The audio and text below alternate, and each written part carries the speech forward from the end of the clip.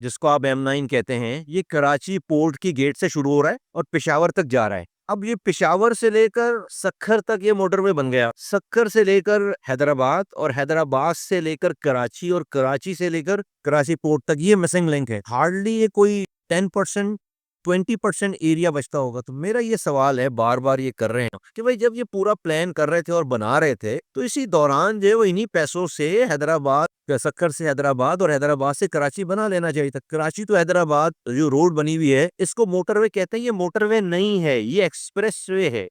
और फिर जो पोर्ट से ट्रैफिक निकल रहा है, जिसने जाना है पेशावर, आप मेरे साथ कोई चले कराची 10 बजे के बाद, ये सारा ट्रैफिक जो रेजिडेंशियल एरिया में आ जाता है। इमेजिन करें, जिस ट्रैफिक को सारा सामान लेकर अफगानिस्तान जाना है, वो पहले फेडरल बी एरिया में घूमता है, वो पहले नाजमाबाद में घूमता है, वो पहले जो है सोहराब रोड में घूमता है, वो पहले सनसेट बुलेवार्ड जो है वो डिफेंस में घूमता है। रेजिडेंशियल एरिया में आप 10 बजे के बाद कोई आम आदमी अपनी छोटी गाड़ी लेकर निकल नहीं सकता, क्योंकि सारा शहर उस वक्त जो है वो हैवी ट्रैफिक के साथ सामान कंटेनर्स लदे हुए चल रहा है। तो ये एक बहुत ही नेशनल इशू आप देख रहे हैं कि हैवी ट्रैफिक से जो है वो किस तरह लोग कुचले मारे जा रहे हैं, शहीद हो रहे हैं कराची में। तो बार बार हम बता रहे हैं, कभी कोई कहता है कि भाई कॉन्ट्रैक्टर भाग गए, कभी कोई कहता है कि भाई वो हम बीओटी पे करेंगे, कभी कोई कहता है कि भाई हम सी पैक पे करेंगे। तो खुदारा, अगर सी पैक वाले नहीं आ रहे हैं, बीओटी वाले नहीं आ रहे हैं, कॉन्ट्रैक्टर भाग गए, तो पीएसडीपी से, पाकिस्तान के अपने खर्चे से जब आपने पिशावर तक बना लिया है, तो सक्कर से हैदराबाद, और ये सिर्फ सक्कर से हैदराबाद नहीं है, सक्कर से कराची के जो पोर्ट है उसकी गेट से शुरू होना चाहिए।